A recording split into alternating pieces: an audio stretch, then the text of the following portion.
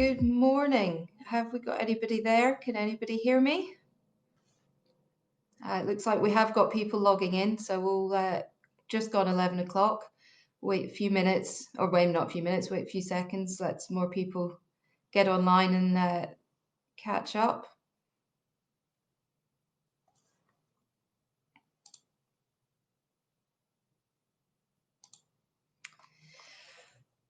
Good morning, everybody.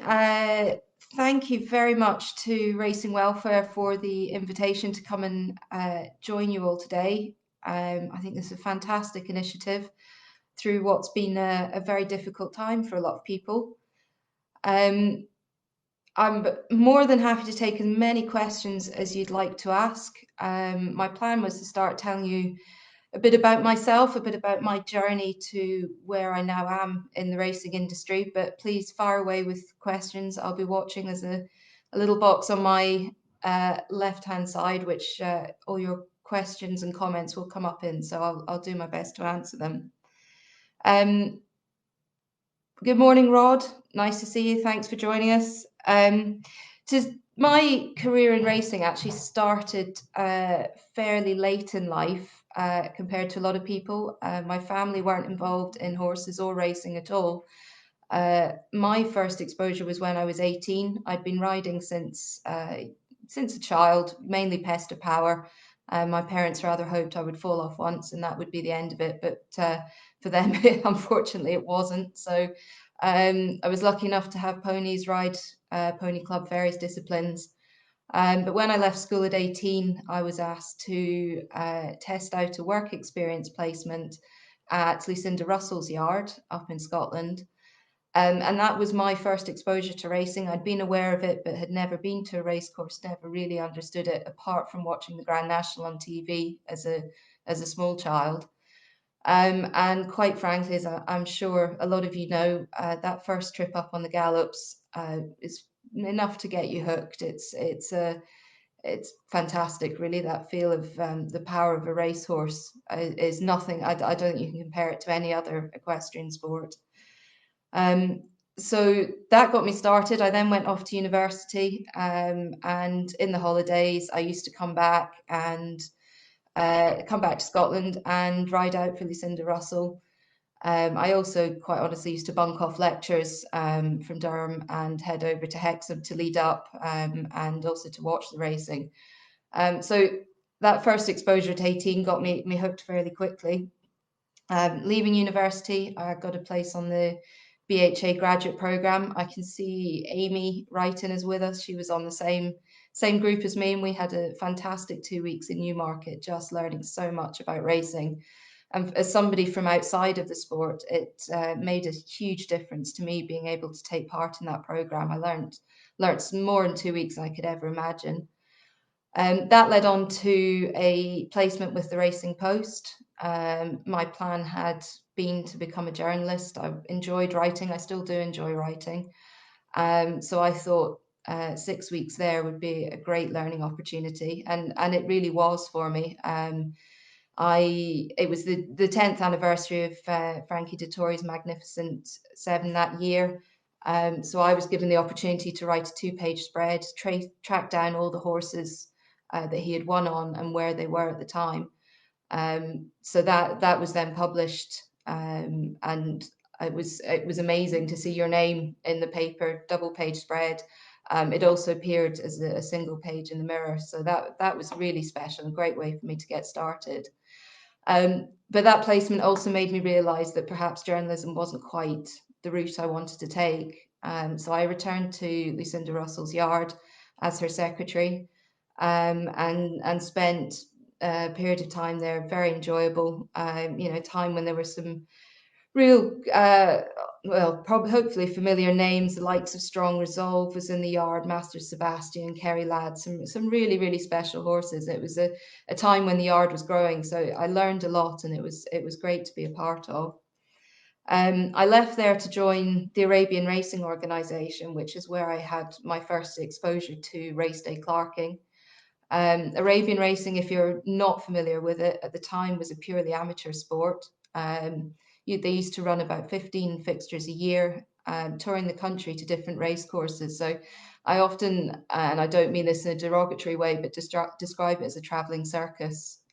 You're on the road going from race course to race course.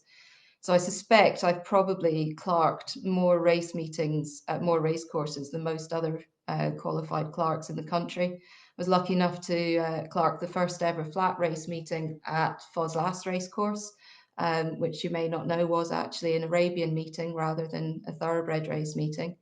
Um, I remember getting there and seeing this brand new race course. It was superb. It was a long drive, as many of you will know, but it was incredible. So we went off to walk the course and came back only to discover that they'd actually sprayed the grass green, and we all had our shoes stained green, which was a bit unexpected.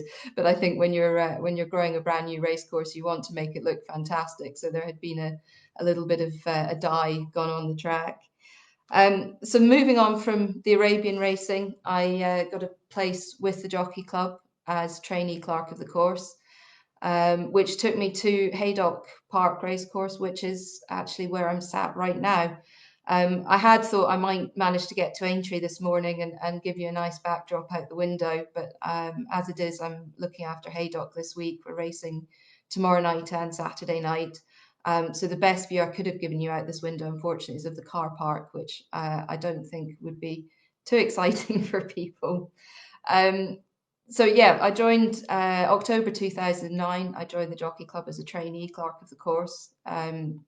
There's been it's the clerk's training can be anything from 6 months up to 2 years. If you come in with very little experience, you can expect it to take 2 years to get through. I came in with a fair bit of experience, having clerked through the Arab racing, and that meant that I actually qualified in just over 6 months. So I started in October. By January, I had moved to Market Raisin and Nottingham race courses. It was decided those were going to be my first race courses. And by the March, I'd qualified and was pretty much fully fledged by that summer. The training, for those who don't know, involves a lot of shadowing, a lot of spending time with other clerks of the course, other racecourse officials. For people who haven't had experience of a training yard, it's often good to go and spend time in a yard, although I think the large majority of people who come into clerking probably have spent time in a yard before. You spend time with the judge, the steward, the starters, doctors, vets, the idea being that you have a complete understanding of how a race day functions and everybody's role within it. There's then an element of turf management training. So there's various levels of course that you can take, which are also the training courses for ground staff. But so much of going and ground and basically growing grass comes through experience as well. And going around and meeting people and learning to ask the right questions. So the third, and then sorry, I should conclude. The third part of the clerk's training is also about the race day planning and prize money, which is probably the most technically challenging part of being a clerk. I think and certainly, well, in recent years, we've seen the control of the race program move to a more central level, with race courses making some local decisions in terms of the program, but anything from class 4 to 6 is governed largely by the team at the BHA.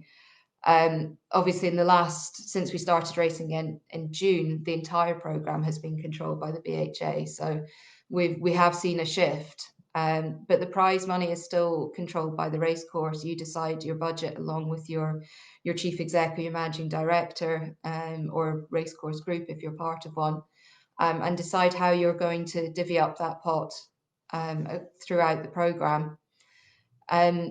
Having worked, I should probably carry on from from Market Race in Nottingham, I moved on to Warwick and Huntingdon race courses, still with the Jockey Club.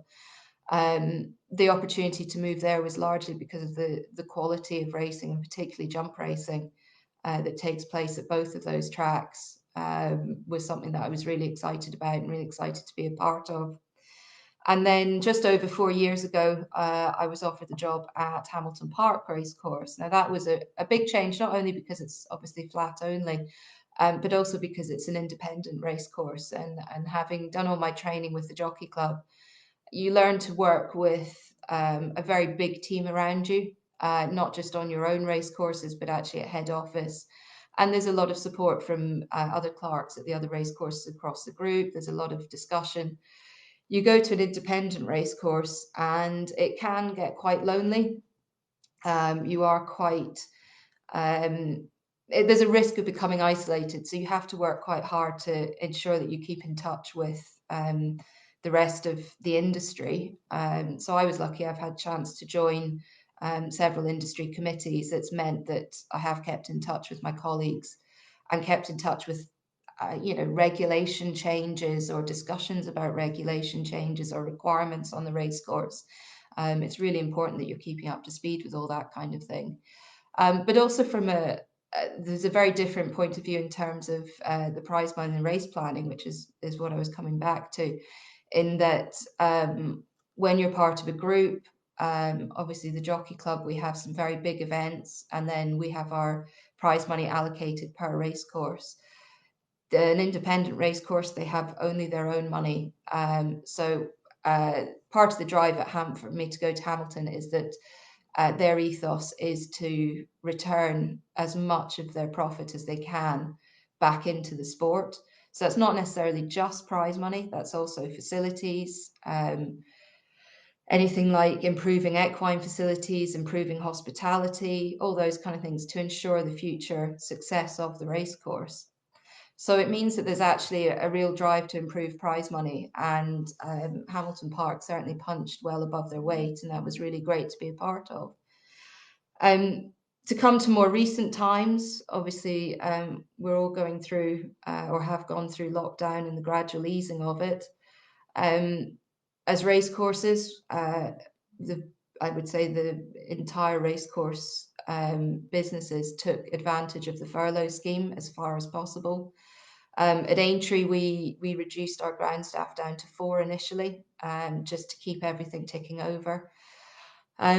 Obviously, my new job, I'd started officially on the 3rd of February with the intention of being in charge at this year's Grand National. So I probably wasn't really my plan that the first going report I was going to do was actually to hit the cancel button rather than update the going. So that was pretty tough for everybody. It wasn't decision taking lightly. We looked at all sorts of different options of how we might be able to run the meeting. But in the end, I think, as we've seen, it was absolutely the right decision, and in the end would have been an inevitable decision. So in the short term, we reduced our ground staff, we kept things ticking over, we managed the site as best we could. The great thing at Aintree is we do have a golf course, and as you'll be aware, golf was one of the first sports to get going again. So we kept the golf course ticking over, kept it really healthy. The race course we kept mowing, but actually knowing that jump racing had already been cancelled until at least July, meant that we knew that as well as losing the Grand National, we also wouldn't be running our May or our June fixture. It was great. The golf course reopened, so we started ramping up the staff a little bit to make sure we could manage that. The golf course has been busier than ever. I think by the time golf restarted, everybody was so desperate to get out and do something different and something safe, something that could be done with social distancing, could be done very easily with one other household or with your own household. That we just have been incredibly busy. So the ground staff have been tied up a lot with that. We're now looking ahead to October with the hope that we can get racing back on at Aintree with our usual fixture list from October. So the ground staff are gradually coming back to work, and we're seeing the site coming back to how we like it to be, getting rid of some of the weeds and tidying things up. Peter's asked, am I responsible for getting sponsorship? No, that's actually not something that does sit with me. We have a sponsorship team who cover all of the Northwest Jockey Club. So the Jockey Club is split into different regions with usually 3 race courses in each region. and each region will have sponsorship, a head of sponsorship, and then usually a more junior member of the team as well. And then we also have some sponsorship that comes through head office, which cover the whole group. I thought it might be interesting to give you a bit of a background on what behind closed doors racing setting up for it has looked like. I don't know how many of you have had the opportunity to come to a behind closed doors meeting as either a member of stable staff or as an owner, or perhaps as a member of the racecourse team. The first thing we had to do was figure out a way of getting the jockeys' changing room set up so that they are not coming into direct contact with each other for long periods of time. So the way we've done that is actually take over, this is at Haydock, is actually take over the owners and trainers restaurant. So that has now been divided into several cubicles. The main jockey's change room, which would be in use on a normal occasion, has also been divided into 2-meter cubicles, as has the jockey's canteen and the ladies' changing room. So that was step one. Step two was then to set up a one-way system around these areas to make sure, once again, that people aren't crowding, they aren't crossing over. And the same in the stable yard. We have a one-way system all the way around the stable yard to make sure that horses aren't passing, people aren't passing. And stable staff particularly, have been absolutely brilliant in helping us make this work. I think there's a real understanding that we want our sport to continue. We were very lucky to be allowed by the government on the 1st of June to get started, and that was with a lot of hard work from the teams at various levels, the BHA, the RCA. They are horsemen as well, in lobbying the government to prove to them that we can do this safely. So it's what makes it all the more important that we do our very best. I'll admit, racing behind closed doors is very strange. It's very quiet. There's little atmosphere. There's having a crowd there. I think for racecourse staff, it can be a very long day, but having a crowd there gives you the buzz and gets you through the day. And a crowd that appreciates a close finish or a quality horse winning a race, it gives you a buzz and it lifts you. And actually, our first couple of days racing at Haydock, we were running group races, and horses were crossing the line and coming into the winners' enclosure to no applause and no cheers, and that to me was quite sad, and I think that highlighted the situation that we're in. It really brings it home. So it was great to be able to start getting a few owners back. It gave a little bit of life to things again, and let's hope before too long we can start seeing members of the public and more owners back on the race course. So moving away from Haydock, going back to Aintree, I got started, as I said before, I started the job in February, but Aintree actually wasn't new to me. This year would have been my 10th year working at the Grand National. I've worked in different areas. I started, my first year was the very hot year, when after that changes were made to the pull-up area and the washdown facilities for horses. So my first job was managing that area and getting that up and running as we wanted it. Once that was established, we have a really good team in there now who've been coming for years and know exactly what to do. We have a team of grooms who actually look after the British junior eventing teams and show jumping teams. They travel the world with them. So they know horses, and they'll either, if there's a loose horse comes in, they'll catch it. They'll make sure there's enough water. They'll make sure the stable staff have any help they need washing down, just to ensure that the horses are cared for exactly how we want them to be and exactly how they should be. From there, I moved to directly assisting Andrew Tulloch, who I'm sure you all know was the previous clerk of the course. And that involved doing anything from nipping down to the hostel to make sure that the canteen was running smoothly, to helping manage the parade ring, to actually clerking some races as well. So, for example, after the big race each day. Andrew may have been pulled away to a press conference, so I would step in and run things. So I have quite a lot of experience of Aintree. What do I love about Aintree? I think it has a very different atmosphere to Cheltenham. I think there's more of a party atmosphere. I think also for the horsemen, I think there's a little bit less pressure.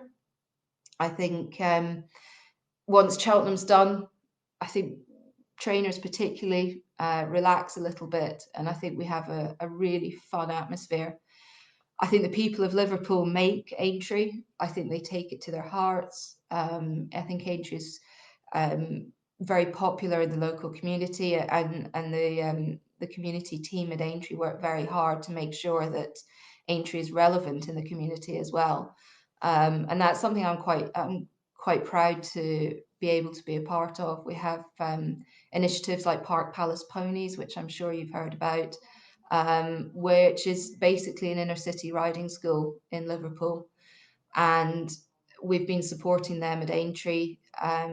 The youngsters come to Aintree for their graduation after they've completed their riding. And the great thing about Park Palace, and I sadly haven't had the time to visit yet, but I'm really looking forward to it, is that it's actually an indoor school made inside an old cinema. So it's not a huge space. The ponies can only walk and trot in there, but it's giving children who wouldn't normally have the opportunity to get anywhere near a horse the chance to see how wonderful these animals are. Um, I don't think that, I don't need to tell you guys what great animals horses are. We all know that. But I think it's easy to underestimate the power that they can have um, over people who haven't been near them before. And I think when we're people who are lucky enough to be around horses and experience them all the time, it's easy to forget that. And when you see a kid's face the first time they're brave enough to go up and pat a horse, it's fantastic. Question from Peter: is lockdown racing sustainable, and are bookmakers putting into the pot? Obviously, bookmakers are paying into the levy. The racing we are running is generating income for the levy. I'm afraid I can't give you any figures. I don't know them. Lockdown racing, is it sustainable in the short term? Hopefully. I think we are seeing the gradual opening up of society in general, and let's just hope that everything continues that way, and that people continue to behave sensibly, and that we can control this virus, and to such a point that we can let crowds back in and get back to some level of normality. Rod Sankey: the ground staff are vital to the course. As a clerk, do you get a chance to talk to the ground staff other than the head person, including the treasurers and also the stable staff? Yes, Rod, I do. And actually, in a strange way, this coronavirus has given me a chance to accelerate how well I've got to know the ground staff at Aintree. There's a lot of quite new members of the team, and it's a shame that so many of them had to be furloughed. But we are, like I said before, they are gradually coming back to work. But this process has meant that I've actually got to know them all quite well, because I've had to be discussing with them what's going on, what decisions are being made, when they're coming back to work, how they feel about coming back to work. Some are very relaxed, some are quite nervous. So it has actually given me a really good chance to get to know them. And I'm looking forward to getting Aintree up and running again with that team. I think we have a fantastic team, and I'm just really gutted for them that a lot of them, it would have been their first Grand National, and they've missed it. So I'm really, really hopeful we can get up and running again, and they can experience how great it is to be a part of the world's greatest race. Fran Marshall: hi Fran, know you from Scotland. Good morning, Sulekha. Question for you: 10 years ago, where did you think you'd be today, other than talking to us, obviously? That's a really good question. So 10 years ago, I would have been, I would have just started as a trainee clerk, in fact. Did I ever think I would be clerk of the course at Aintree? I hoped I would. it's, as I said, I have worked there for the last 10 years for the Grand National, so it's somewhere that I've always had an affinity with. As a child, I lived in the Liverpool area. I went to school in Liverpool. So it's an area I've always liked. I'd always dreamed that I would be a clerk of the course at a large race course. What I didn't know is which one that would be. And I'm over the moon that it's Aintree. I'm really grateful for the opportunity that's given to me. One of those people who gave it to me is Rose Patterson, who has sadly passed away recently. And we will really miss her. But working with Dick and White, with a really great team at Aintree. Mark Ainsley, head groundsman, has been there a long time. He has a lot of knowledge. So, and the Grand National is in a really good place. It's seen a lot of change over the years, but I think it's changed for the better. I can't argue with people who say, the fences are smaller, they're not the test they used to be. But I think we have a race that is in the place that it needs to be at the moment. I think if we had stayed as we are and had ignored the signs, then we may not have had a race at all. So I think the race we have is still a test of horse and rider. I think you can't underestimate that. And the jockeys, I'm sure, will all admit that they still get nervous before they go out to jump those fences. They know it's something different, it's something special, and I think we need to make sure we retain that. But equally, I think we now have a safer race, which is really important. We're getting into the last few minutes now. If there's any more questions, please do ask them. One thing I thought I might mention is something I'm a part of, which is the Diversity in Racing Steering Group. I'm a founder member of that group. We formed it probably about 2.5 years ago now, with a view to working to improve diversity and inclusion in the racing industry, in the sport and with its participants, and also at an executive level. I think there's been great strides forward in terms of women in the sport. When I first started as a clerk 10 years ago, I used to joke to my parents that I've spent another day sat in a room full of men.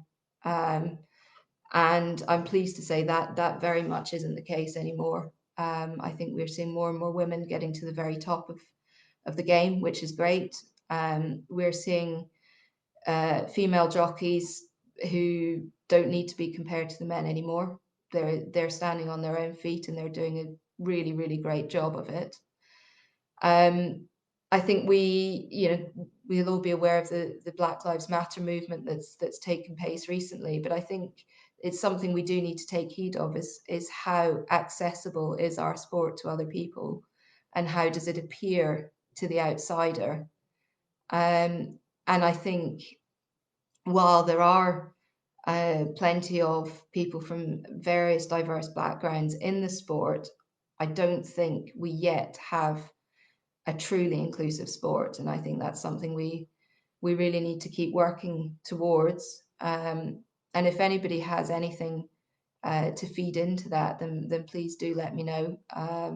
My email address is sulekha.varma@thejockeyclub.co.uk. So we'd love to hear from you. I can share any thoughts with the Diversity in Racing Steering Group. And then, so I think we're into what should be the final minute. We haven't had any more questions through as yet.